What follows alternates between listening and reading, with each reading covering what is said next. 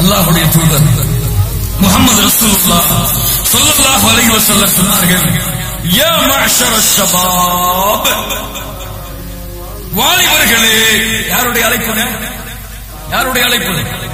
அல்லாஹ்வுடைய தூதர் முஹம்மது ரசூலுல்லாஹ் ஸல்லல்லாஹு அலைஹி வஸல்லம் அவங்களுடைய அழைப்பு. அவங்களும் வாலிபர்கள் தான், அவங்களும் வாலிபர் தான். அழைக்கிறாங்க, யா மஅஷர ஷபாப், வாலிபர்களே. அல்லாஹ்வுடைய தூதர் முக்கியமான விஷயத்தை சொல்ல போறாங்க. மன் இஸ்ததஅ மின்குமுல் பாஅத ஃபல்யதஸவ்வஜ், யார் உங்களிலே வயதை அடைந்து விடுகிறார்களோ நீங்கள் திருமணம் செய்யுங்கள். என்ன சொல்றாங்க? யார் உங்களிலே வயதை அடைகிறீர்களோ நீங்கள் விரும்பினால் திருமணம் செய்யுங்கள் என்று சொல்லவில்லை. நீங்கள் விரும்பினால் திருமணம் செய்யுங்கள் சொல்லல. ஃபல்யதஸவ்வஜ், திருமணம் நீங்கள் முடியுங்கள்.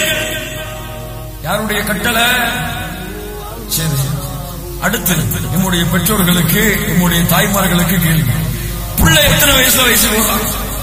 ஒரு ஆண் எத்தனை வயசுல ஒரு வயதை அடைவான்? எத்தனை வயசுல? 30 வயசுலயா? 28 வயசுலயா? 25 வயசுலயா? 23 வயசுலயா? எத்தனை வயசுல தான்? ஒரு 18 இல்ல 19, 18 வயசு எல்லாத்தையும் சிந்திக்கக்கூடிய பருவம்.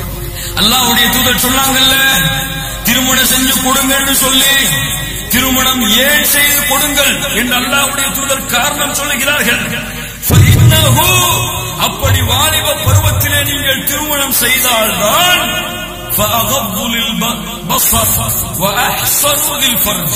அதுதான் உங்களுடைய பார்வையை தாழ்த்தும், அதுதான் உங்களுடைய மர்மஸ்தானத்தை பாதுகாக்கும்.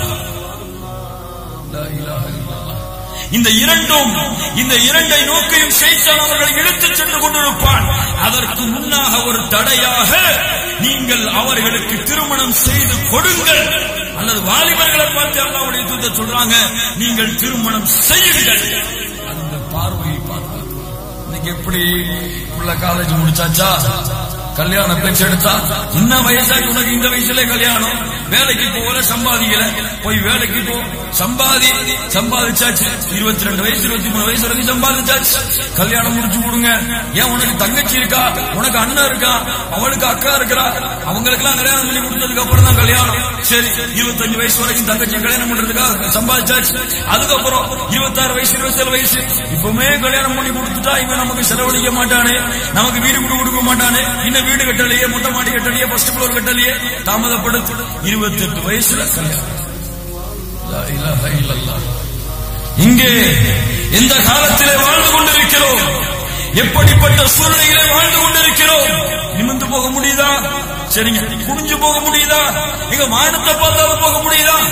எங்க பார்த்தாலும் அனாச்சாரங்கள், அசிங்கங்கள், விபச்சாரத்தின் அழைப்புகள், தங்களுடைய மானத்தை பங்கப்படுத்தக்கூடிய அம்சங்கள். எது பாதுகாக்கும்?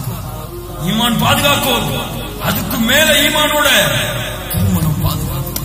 அதற்கு காரணமாக திருமணமாகாத என் அன்பு வாலிபர்களே, நீங்கள் உங்களுடைய திருமணத்தை நீங்கள் விரைவுபடுத்துங்கள்.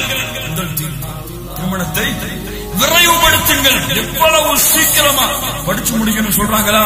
படிச்சு முடிக்கும் போதே உங்க அப்பா கல்யாணம் கொடுக்கிற அளவுக்கு ரொம்ப நல்லவரா, ரொம்ப சிறந்தவரா, மார்க்கத்தை நல்லா புரிஞ்சவரா இருந்தால் அல்ஹம்துலில்லாஹ், படிச்சு கொடுத்து உங்களுக்கும் செலவழிக்கட்டும், உங்க மனைவிக்கும் செலவழிக்கட்டும். படிக்கிற காலேஜிலேயே 2 பேரும் ஒய்ஃபு கணவனா நீங்க காலேஜுக்கு போய் படிச்சுட்டு வாங்க, அல்ஹம்துலில்லாஹ். அது முடிஞ்சா, முடியலையா, சம்பாதிச்சதுக்கு பிறகுதான் கல்யாணங்கிறாங்களா? சம்பாதிக்க ஆரம்பிச்ச முதல் மாசத்திலேயே பிடிச்சு விடாதீங்க, கல்யாணத்தை முடிக்கிற வரைக்கும் இன்ஷா அல்லாஹ். என்னங்க வேணாமா? கல்யாணம் வேணாமா? சத்தமே இல்லையே.